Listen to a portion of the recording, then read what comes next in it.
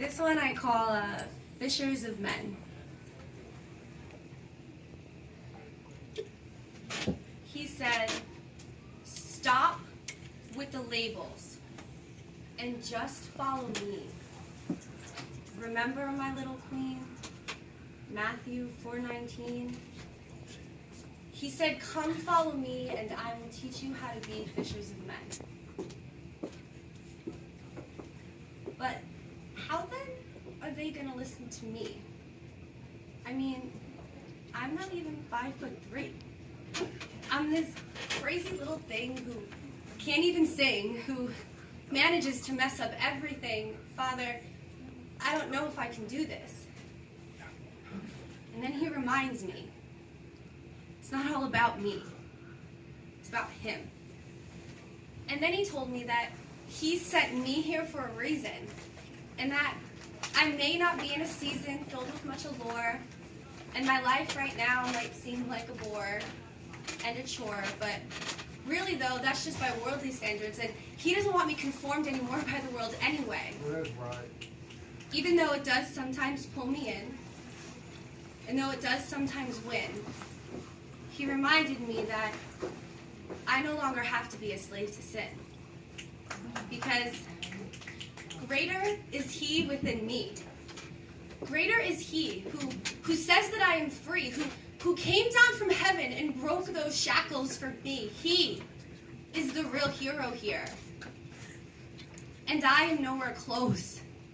But it was I who he chose when he said, all are called, but few are chosen. And how do I know this for certain? Well, there's this aching feeling inside of me that won't leave. This aching feeling that compels me to retrieve all of that the enemy has stolen from me. And all I want to do is talk about God lately. I am obsessed. Because no other high gave me this feeling in my chest, this feeling of purpose, this feeling of love, this feeling that maybe I should do this without drugs, this feeling that all of my blessings come from up above and I don't need a man to fix me. I just need him. And then eventually he will send me the right one, but I'm really trying not to think about all of that until I am done with my mission.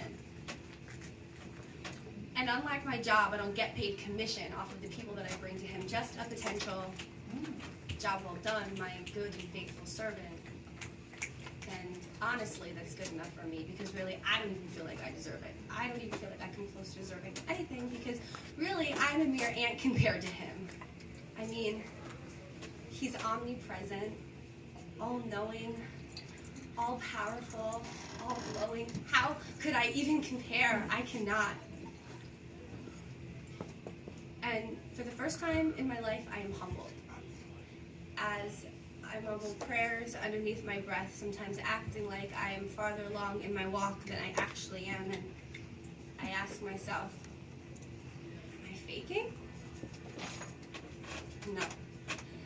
I'm just simply stating who I am in Christ who strengthens me, because he says that he will strengthen me and lengthen me, though I'm not even 5'3", it doesn't even matter, because God uses all things big and small to share the good news, because after all, we can be free, like really free, like free from religion, tradition, contradiction, from all of the fiction that we have been brainwashed to believe our whole lives.